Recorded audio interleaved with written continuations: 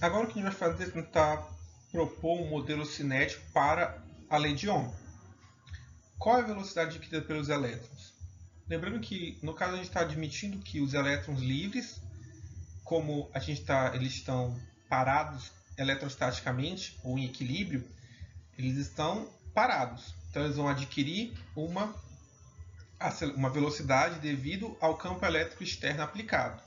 Só que a gente sabe que a corrente que vai surgir desse movimento tem esta relação com a densidade de corrente. Só que se o material é ômico, a densidade de corrente se relaciona dessa maneira com o campo elétrico aplicado, sendo essa constante a condutividade elétrica. A partir dessas duas relações, a gente encontra que a velocidade adquirida por um elétron vai ser igual à força aplicada sobre o elétron. Esse tipo de relação, onde a gente tem a força aplicada sendo igual à velocidade e não à aceleração, é característico de um meio viscoso, ou um meio que atrapalha o movimento. Então, o que a gente vai considerar? A gente vai considerar que os prótons, ou no caso, os átomos do material ou do fio, atrapalham o movimento dos elétrons. É razoável, já que os átomos realmente estarão lá, e os elétrons vão ver eles de alguma forma, já que eles não vão ser cargas... eles vão ser uma carga positiva tentando atrair eles. Então eles vão sofrer o processo de colisão, então deve ter um retardo de velocidade e aí cada elétron vai ter uma interação e vai adquirir uma velocidade terminal. Como a gente está tratando de um número muito grande de elétrons, a gente vai parar de falar de velocidade do elétron, a gente fala de velocidade média. Porque, na média, todos os elétrons vão sofrer aquela aceleração. Certo, então a gente já tem a velocidade que os elétrons iriam adquirir devido ao campo elétrico externo. Além disso, a gente está assumindo que existe um atrito entre o material e os elétrons em movimento. Só que os elétrons não estão parados no início. Os elétrons não estão em equilíbrio, eles estão em equilíbrio eletrostático, mas eles não estão parados. Eles têm uma velocidade, e essa velocidade é devido à agitação térmica. O problema dessa velocidade é que ela é aleatória, ela não tem um sentido. Então, o resultado final é que não há uma corrente devido nesse caso, devido ao efeito térmico, porque não há uma direção específica de movimento dos elétrons. Quando a gente vai fazer a comparação entre a velocidade adquirida pelos elétrons, a velocidade média adquirida pelos elétrons, e a velocidade térmica que uma partícula deve adquirir pela teoria cinética dos gases, a gente vê que a velocidade térmica é muito maior que a velocidade adquirida pelo elétron. Não é um pouco, é muito, muito maior mesmo. No caso, a gente pode ver que é quase 10 vezes maior. Então, não é 10 vezes, é 10 elevado a 10 vezes maior. Além disso, a gente vê que a movimentação dos elétrons é muito pequena. O elétron vai se mexer milímetros, 6 picômetros por segundo. 6 picômetros por segundo. Picômetro não. Micrômetros por segundo. 6 micrômetros por segundo, como eu falei como eu coloquei no e-book, equivalem a 2 centímetros por hora. Então, nosso modelo cinético já apresenta um conflito com o experimental. Por quê? Experimentalmente, quando a gente vai fazer a ligação de um aparelho eletrônico, esse acionamento é instantâneo. Então, você liga o interruptor, instantaneamente o equipamento liga. Mas, de acordo com a velocidade que a gente está observando aqui, a gente não ia conseguir ligar o nosso equipamento somente 1 hora depois se a gente tivesse um cabo de 2 centímetros. Então, esse, no caso, é um problema do nosso modelo, mas ainda vamos continuar com ele porque a gente quer fazer mais uma verificação de que existe mais alguma coisa que está acontecendo aqui. A gente vai falar isso muito mais para frente, mas esse problema, esse aparente problema do nosso modelo cinético, ele é solucionado quando a gente vai aprender mais tarde que campos elétricos que variam no tempo se deslocam com a velocidade da luz. E isso é um fato muito divertido. É por isso que, quando você liga um equipamento eletrônico, o comando de acionamento, que é não o movimento dos elétrons, é o movimento do campo elétrico. Então, o campo elétrico variando no tempo chega no seu equipamento eletrônico na velocidade da luz. A nossa percepção é que esse movimento é instantâneo, mas até esse movimento seria limitado. No caso, ele teria um tempo de movimento. Ninguém vai usar um cabo grande o suficiente para que se veja essa oscilação, mas pode-se observar algum atraso perceptível através de linhas de abastecimento, linhas de rede elétrica muito distantes. Certo, ok. Então, voltando um pouquinho para o nosso modelo, veja que esse ponto que eu abri agora foi sobre os campos elétricos variantes no tempo. Do ponto de vista do nosso modelo cinético, o efeito do campo elétrico externo é como se eu tivesse uma caixa. Veja que essa caixa, vamos assumir que ela tem limites vazados, então essas partículas podem tanto sair quanto entrar, só que elas estão se movendo aleatoriamente. Então, na média, eu vou ter sempre 5 bolinhas dentro da minha caixinha. Quando a gente aplica o campo elétrico, ou aplica diferente potencial, o que acontece é que essa minha caixinha começa a se deslocar no espaço. E aí ela continua se deslocando se eu mantiver a diferença de potencial. Dando prosseguimento à nossa análise do nosso modelo cinético pela lei de Ohm, a gente vai fazer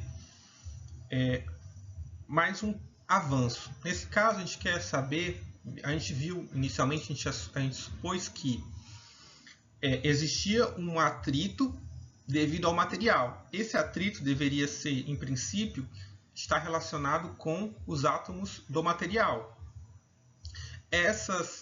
Esse atrito faria com que os elétrons se movessem com uma velocidade constante. Agora a gente vai tentar encontrar qual é o tempo em que um elétron leva para sofrer uma colisão, ou seja com outro elétron ou com o material, no caso, no material, os átomos do material. Esse tempo vai ser obtido a partir da consideração de que, sendo essa a velocidade média e esse aqui a força, se eu dividir a velocidade média vezes a massa pelo tempo médio, vou ter uma taxa de variação do momento com o tempo.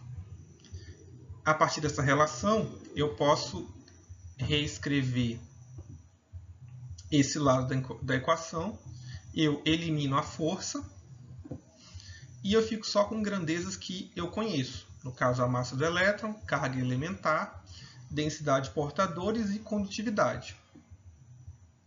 Vamos aplicar no caso, vai ser o tempo médio entre colisões.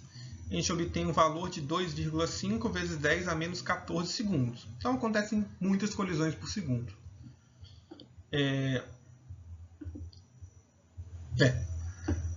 Sabendo o tempo médio entre colisões, eu posso estimar qual é a distância máxima que ele percorre, que um elétron vai percorrer antes de colidir. A gente vai adotar a velocidade térmica como parâmetro, porque ela é a maior velocidade. E a gente tem um resultado de, no caso em metros, daria 29,5 vezes 10 a menos 10. Em angstroms, que é só engolir essa base 10, eu tenho 29,25 angstroms. No caso do cobre, que alguém está tomando como referência, a gente sabe que a distância entre os átomos, no caso de cobre, são de 2,9 angstroms. Isso significa que um elétron, se eles conseguissem percorrer esse caminho em linha reta, eles passariam por 10 núcleos de cobre antes de colidirem. E aí, só que aí vem a questão: se a resistência ou a resistividade existe devido às colisões entre os elétrons e os átomos, como o nosso modelo mostra que os elétrons quase não veem os núcleos, já que no caso, demoraria a distância de 10 núcleos isso é, no caso, linha reta, para que o elétron visse de fato ou sofresse uma colisão, sendo que essa colisão não necessariamente será com um núcleo. Esse é um problema do modelo cinético, porque a gente está considerando que os elétrons são esferas rígidas, que, como esferas rígidas, respeitam as mesmas leis que a gente aplica no nosso cotidiano. Só que isso não é verdade. Os elétrons não estão no nível do nosso cotidiano, eles estão no nível atômico. E no nível atômico, quem rege as interações é a mecânica quântica. E na mecânica quântica existem algumas características que não são verdade no cotidiano. Nesse caso, o que a gente vai ter primeiro, a gente tem a quantização da energia. Só que quando a gente tem a quantização da energia, acontece não diria que acontece, mas também acontece a quantização do espaço. Quando a gente coloca, como eu falei no e-book, uma bola dentro de uma caixa, em princípio a bola pode andar por qualquer ponto da caixa. Na mecânica quântica isso não é verdade. A bola só vai passar pelas regiões de energia permitida. Então, é como se eu tivesse um copo e nesse copo eu botasse uma bolinha. Se eu sacudir essa bolinha, ou no caso, se eu sacudir o copo, a bolinha vai. Se o copo for um daqueles copos, tipo um copo Stanley, ela vai bater em cima e embaixo e dos lados. Na mecânica quântica, a bolinha vai subir somente até metade. Não importa quanto, na verdade importa, mas ela vai, se eu não der energia suficiente, ela não vai chegar, ou ela não vai passar da parte de cima do copo. Então ela vai ficar ali chacoalhando loucamente, ela não passa da metade do copo. E isso, em princípio, não acontece na vida real. A gente não é impedido de andar por uma barreira invisível. Só que isso acontece no reino quântico. E se eu restringo a passagem ou restringo o caminho que uma partícula pode adotar, eu vou criar uma resistência. E, no caso, essa a origem da resistência que a gente observa macroscopicamente.